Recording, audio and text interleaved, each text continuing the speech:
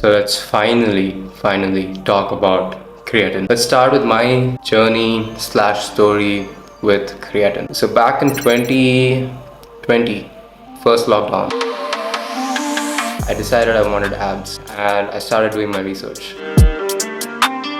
You definitely don't need creatine for abs, but I just dug really deep. I did a ton of research. I was just looking up videos and research papers for 6-7 hours a day, and I wanted to make sure I get to the bottom of how you exactly get abs, and I'm not going to waste my time doing some superficial abs in 6 minutes kind of videos. So I spent all my time researching, and across the board, every single doctor or scientist or a kinesiologist, everybody agreed on one supplement that would help me reach my goal, which is essentially building your abdominal muscle. Everyone pointed towards creatine. So digging more on creatine, it is the safest supplement and it also has tremendous efficacy. I started supplementing with creatine. I did 5 grams a day and I took creatine every single day. I did not do loading or any of that sort, because if you watched one superficial creatine video, you would, depending on which video you watched, you might do some sort of a loading phase and then some sort of a creatine cycling phase, so on and so forth, which is absolutely not necessary. If you're someone who did your research on creatine the way I did, you would learn that creatine saturates in your muscles regardless of how much you supplement creatine with. So 5 grams of creatine is pretty much the sweet spot, anywhere between 3 to 5 grams. And supplementing any higher creatine does not have any downsides other than just making you maybe a little more gaseous than you have to be. If you load creatine, you will saturate creatine in your muscles much quicker, let's say in a week, as opposed to 3 weeks. But the end goal of saturating creatine in your muscles is the same, only the time duration changes. The faster is not better simply because it also comes with a lot of GI distress, being bloated, so on and so forth. So you might as well take it slow and just supplement with 3 to 5 grams of creatine every day and wait for your muscles to get saturated with creatine. I took creatine every single day. I had a very rigorous ab workout. I had like a 2-hour ab routine which I did for 2 months straight and I had abs.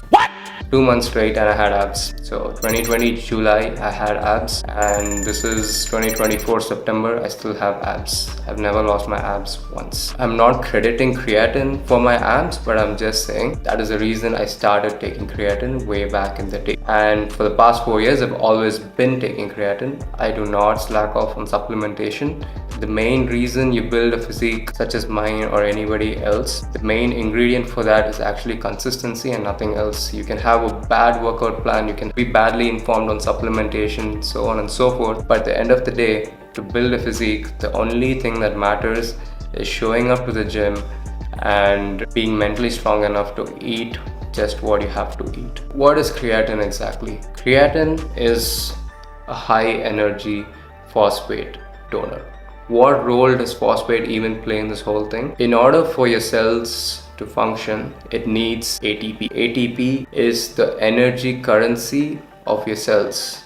Okay, so ATP stands for adenosine triphosphate, which means it has 3 phosphates. So when ATP turns into ADP, adenosine diphosphate, now it has 2 phosphates. This reaction where 1 phosphate comes out into adenosine diphosphate plus 1 free phosphate, it is energetically very favorable.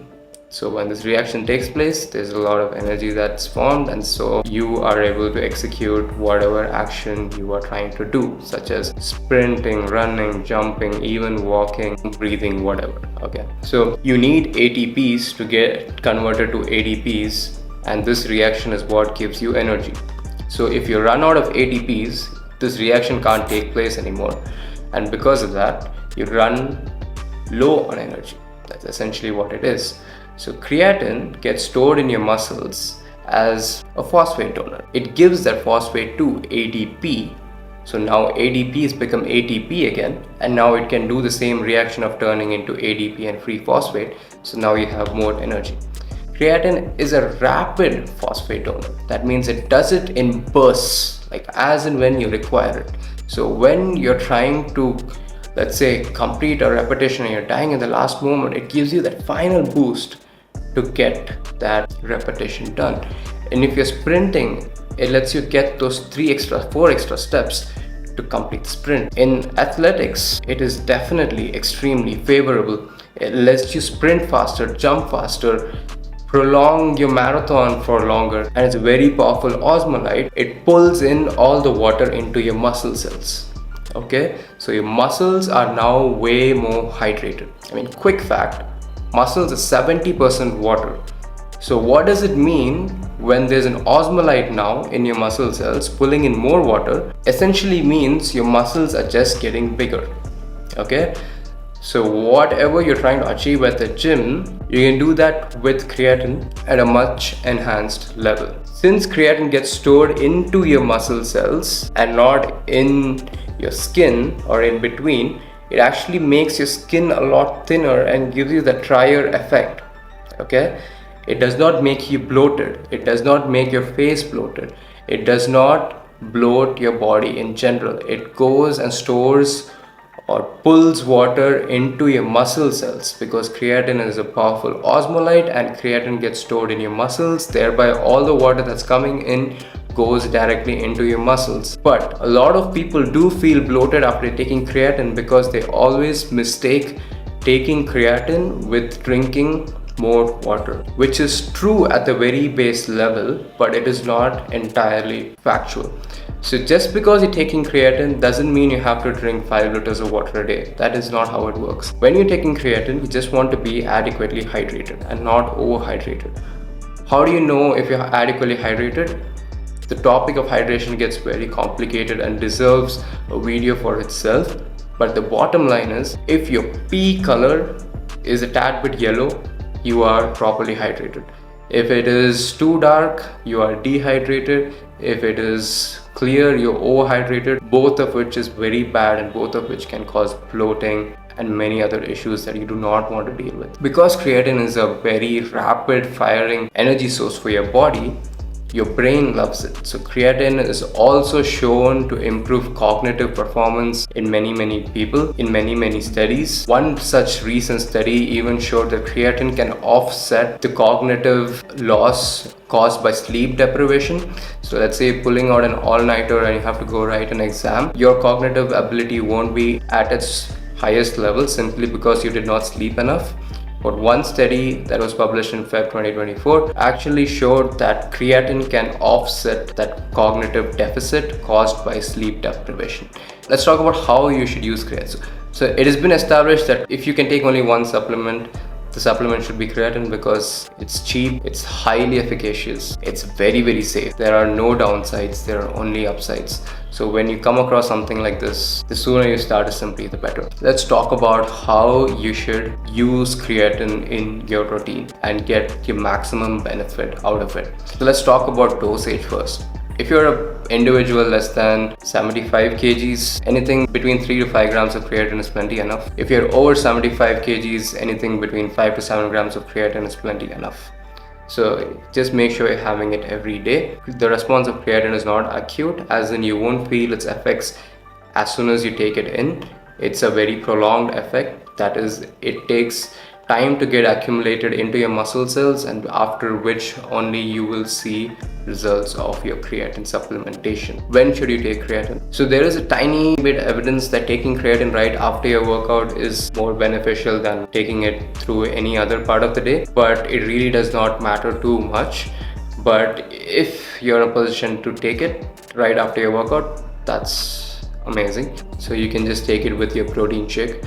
Creatine is also shown to absorb better into your muscle cells if it is taken with some other fast digesting food such as whey protein. So anything that's fast digesting, if you have creatine with that, it gets into your bloodstream quicker. I usually take my creatine with my whey protein shake right after my workout.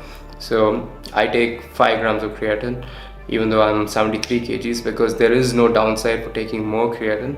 So might as well stick to 3 to 5 grams of creatine. What about creatine and hair loss? Does creatine actually promote hair loss? There is one study done in 2009 that shows that creatine increases DHT levels, and if you watch my previous video you would see that DHT is one of the main reasons for male pattern baldness. But there's just one study and there's no follow-up, and there is no other evidence suggesting that creatine increases DHT, and creatine is not a hormone, so it actually cannot increase DHT.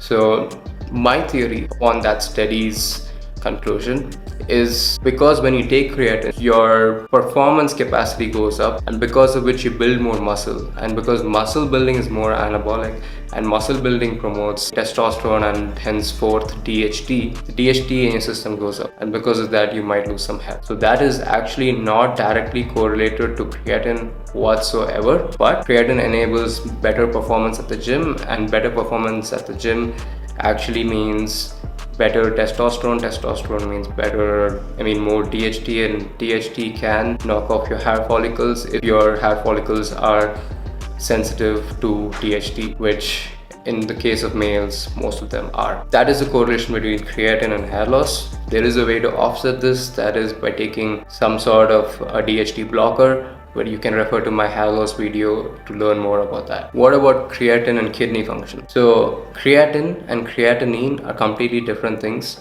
So a lot of doctors used to measure creatinine in your urine sample to assess your renal function, which is now becoming obsolete because people who have a lot of muscle and who train on an everyday basis will have more creatinine content in their urine sample, but that does not mean they have a failed liver or kidney or a damaged liver or kidney. If you have liver failure or kidney failure, you will have more creatinine in your urine sample, but more creatinine in your urine sample does not mean you have damage to your liver or kidneys. It does not correlate that way. So many doctors are moving from using creatinine as one of the markers for the health of your liver and kidney functions to something called cystatin C. Even if you're an individual who has never taken creatine in his life and you've trained for 5-6 years at the gym and you regularly go for jogging, running, marathons, so on and so forth,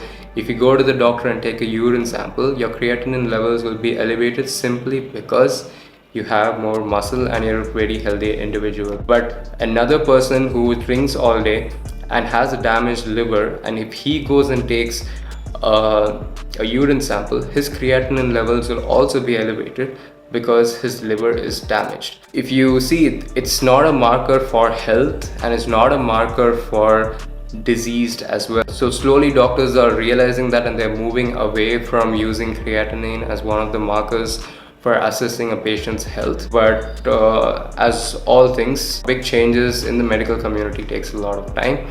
If your creatinine levels in your urine sample is high, it is actually not that alarming. You also want to go check at other factors to make sure you are healthy. So that's it for this video. To learn more about things like this, please subscribe to VAXS. Thank you for watching.